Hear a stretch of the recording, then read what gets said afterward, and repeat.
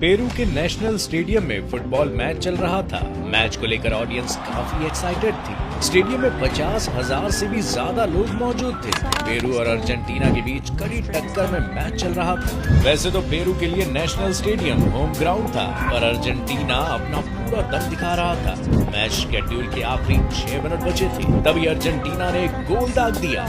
लेकिन इस गोल के बाद जो फैसला रेफरी ने दिया वो 300 लोगों की मौत की वजह बन गया और ये दिन ट्रेजेडी में बदल गया। जानने के लिए देखिए आगे इस वीडियो में क्या हुआ।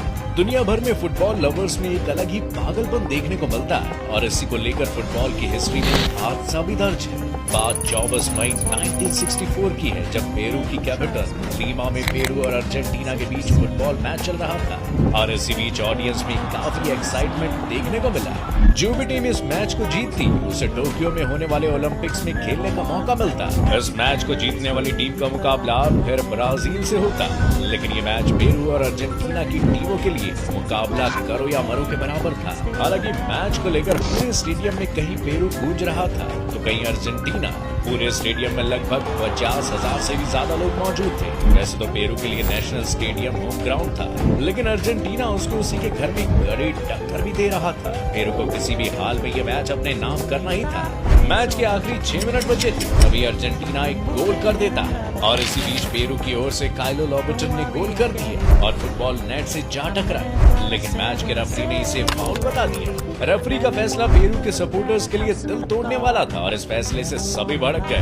गुस्साई पब्लिक ने स्टेडियम में हल्ला मचाना शुरू कर दिया। पेरू की तरफ से सपोर्टिव टीम बड़ी संख्या में थी। वे लोग रेफरी को मारने के लिए दौड़ पड़े और सभी उसके खिलाफ हो गए थे। ऐसे हालातों के लिए सिक्योरिटी गार्ड्स, पुलिस पहले से ही मौजूद रहती है। मौजूदा पुलिस ने हल्ला मचा रहे लोगों में से एक को पकड़कर पूरी तरह से पीट दिया। इससे पेरू के दर्शक और भी ज्यादा भड़क गए और ये सब जो हो रहा था उसको रोकना बहुत ही जरूरी था। ऐसे में पुलिस ने उन पर आंसू गैस के गोले दाग दिए। तभी स्टेडियम में जगह जगह आग भी लग गई। आंसू गैस से बचने के लिए लोगों ने इधर उधर भागना शुरू कर दिया। चारों तरफ अफरा तफरी मच गई। भागते लोग नीचे गिरते फिर उठते, सभी बिना देखे सिर्फ खुद की जान बचाने के लिए भाग रहे थे। स्टेडियम में ऑडियंस के बैठने की सीढ़ियों के नीचे नॉर्मल दरवाजों की जगह पर ठोस स्टील के दरवाजे लगे थे। इनसे आने के बाद ऑडियंस चढ़कर स्टेडियम में बैठती थी। मैच के वक्त दरवाजों को बंद कर दिया जाता है, जो किसी भी मैच के चलते आमतौर पर बंद ही रहते हैं। भाग दौड़ के टाइम ऑडियंस बाहर जाने के लिए नीचे की तरफ दौड़ पड़ती है और इन दरवाजों को बाहर की तरफ धक्का देकर खोलने की कोशिश करती है। लोगों के दबाव से दरवाजा टूट जाता है और दरवाजा तो नीचे गिरता ही है, साथ साथ लोग भी गिर जाते हैं।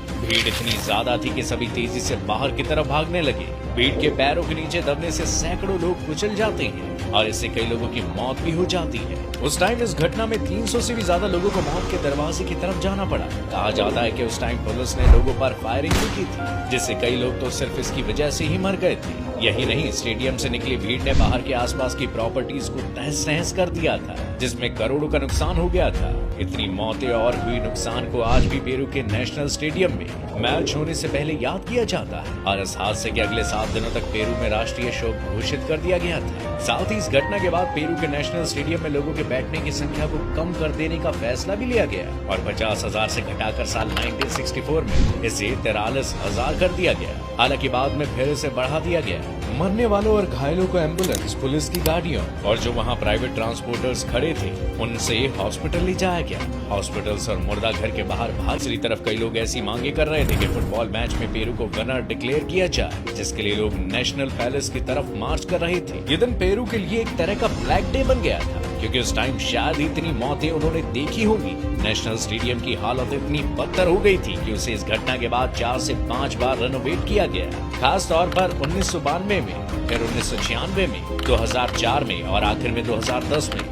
2004 में रेनोवेशन का काम पूरा हो गया था ताकि स्टेडियम का इस्तेमाल उस साल के कोपा अमेरिका की मेजबानी के लिए किया जा सके। 2010 में किया गया रेनोवेशन सबसे बड़ा था, जिसके बाद उसमें 7,371 हॉस्पिटैलिटी बॉक्स, 700 से ज्यादा बेसमेंट कार पार्किंग स्पेस, एक गवर्नमेंट रेस्टोरेंट और बहुत कुछ इसमें एड ऑन किया गया। तब वहाँ की गवर्नमेंट को ये उम्मीद थी कि ये चेंजेस उन्हें 2015 की पैन अमेरिकन गेम्स की मेजबानी करने की परमिशन देगा, लेकिन बाद में टूर्नामेंट टोरंटो में ऑर्गेनाइज करवाया गया। पेरू की फुटबॉल टीम के प्लेयर्स में से एक फेमस प्लेयर हेक्टर जो उस टाइम खेल रहे थे, उन्होंने इस ट्रेजेडी को होते हुए अपनी आंखों से देखा था। वो आज भी याद करते हुए कहते हैं कि बेशक बेशक से इसमें 300 से ज्यादा लोग मारे गए हों, लेकिन पूरी कहानी कभी नहीं बताई गई और शायद कभी बताई भी नहीं जाएगी।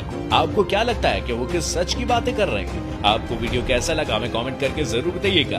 वीडियो को लाइक शेयर करना ना भूले और ऐसे ही कंटेंट के लिए